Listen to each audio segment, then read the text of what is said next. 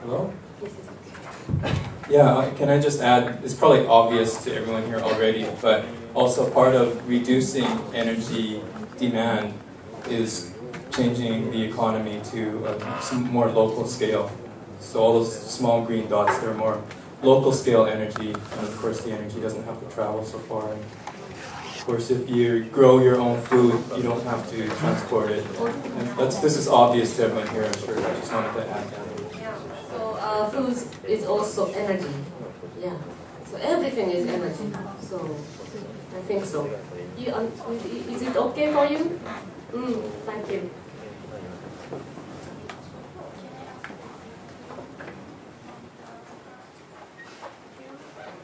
Yes, you said in the beginning of your expose that in Europe some countries they opt out of nuclear energy plants, but I must say for France this is not true, because France is really the country that has the most relies the most on planning to build a new one.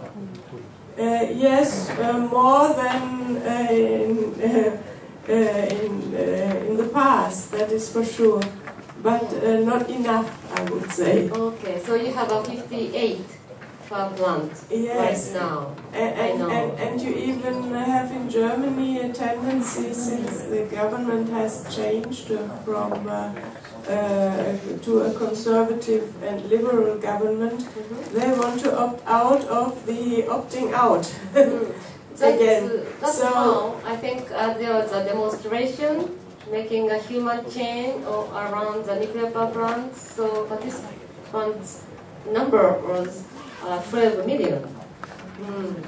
Yes, I think it's still kind of controversial. I'm not saying it's already decided. So I just said that in Finland, it's a French company, Apgn. Yeah, so had a contract and building a new nuclear power plant and acute. It's called acute nuclear power plants, and it's over budget. Is it real? Yes, they do this, but they have many difficulties.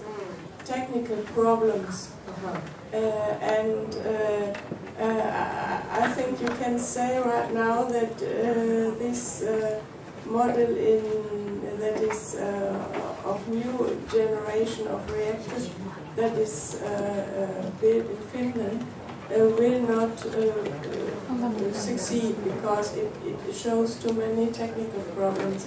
But I think that we must really take care now, because also of the failure of the Copenhagen climate change negotiations, because conservative governments all over Europe, and we have in many countries conservative governments, they try really to present nuclear energy as an alternative to combat climate change.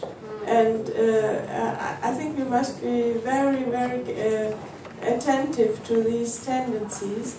And for a while we thought, well, now there is enough awareness, the public is okay for opting out, but it just starts to go into the wrong direction. And I'm very pleased with your expose, and to stress again how important it is that we go on to right. Yes, I think I know the reality.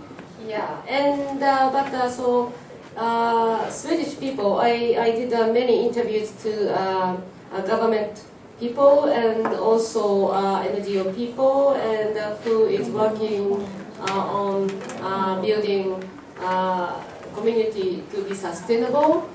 So, and they said that in 1980 they had a 1-year argument to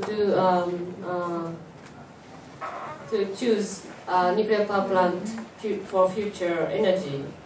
So in 1 year, they really accepted the reality. So they had 12 nuclear power plants. And then, so always argument becomes anti-nuclear or pro-nuclear. So only 2. But you know, if you think about this world sustainability and think about the future, so France, do you have uranium mines? No? Do you have oil well? No. No? So we have to not rely on resources which we don't have in our country. So, but you have such a huge farmland produces so much organic waste. So then you can do biomass. So little by little, not by only once, I think. Little by little, if we get a vision, what kind of condition is sustainable? That's what we like to talk. Yeah, not only anti-nuclear or pro-nuclear, so we have to talk about the future. What kind of country is sustainable? So then I think more wider people can participate into the conversation, then we can share more. That's how I think. Yeah. But time running out. Yes, yes. And if we have commenter from Taiwan, do you have comment? The last comment, it can maybe